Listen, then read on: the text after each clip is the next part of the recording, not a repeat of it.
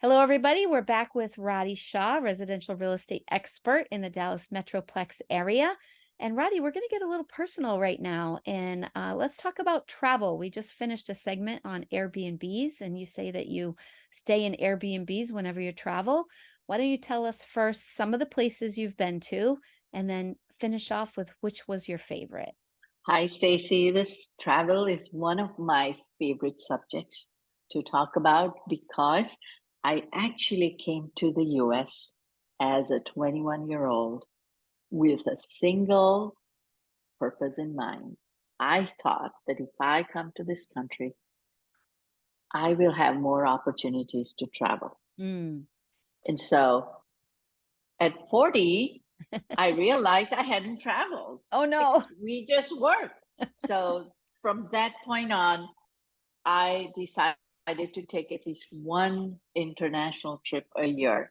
That Love it. hasn't happened every year. Life happens, Yeah. but we go with the kids. We have traveled. My favorite places to travel is in anywhere in Europe, of Mm. course.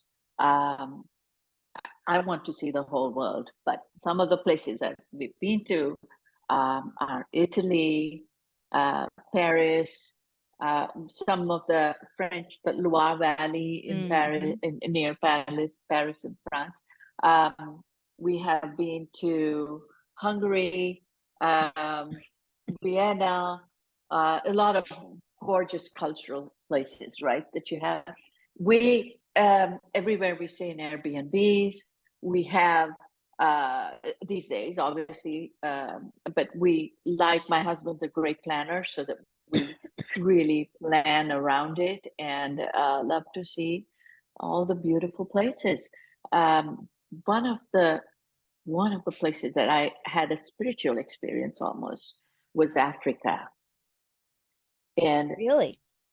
we went to Kenya, Hmm. and I love animals, so it was a trip of a lifetime. We were there for 2 weeks. We went to Kenya and Tanzania, and we actually drove through from Nairobi to I forget the place right now, but it was I mean, there's nothing but the grass and Wow. wilderness, and you're miles and hundreds of thousands of miles from civilization as such.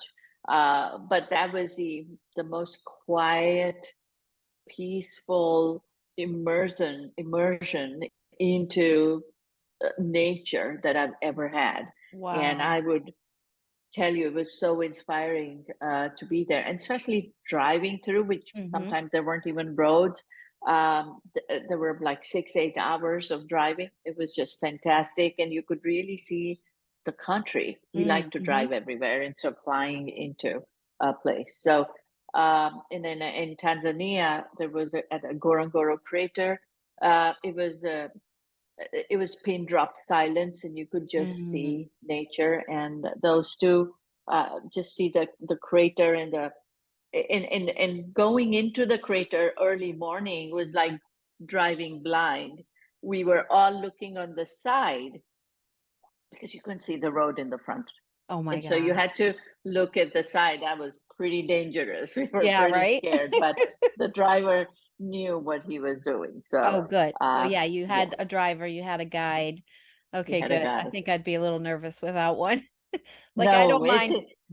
Go you ahead. would not reach. You would be lost Yeah. because there's nothing but grass around and maybe a few hills to identify, and you would not know for hours where you're going. Oh, we wow. we drove through the Serengeti for almost 5 hours through Wow. it.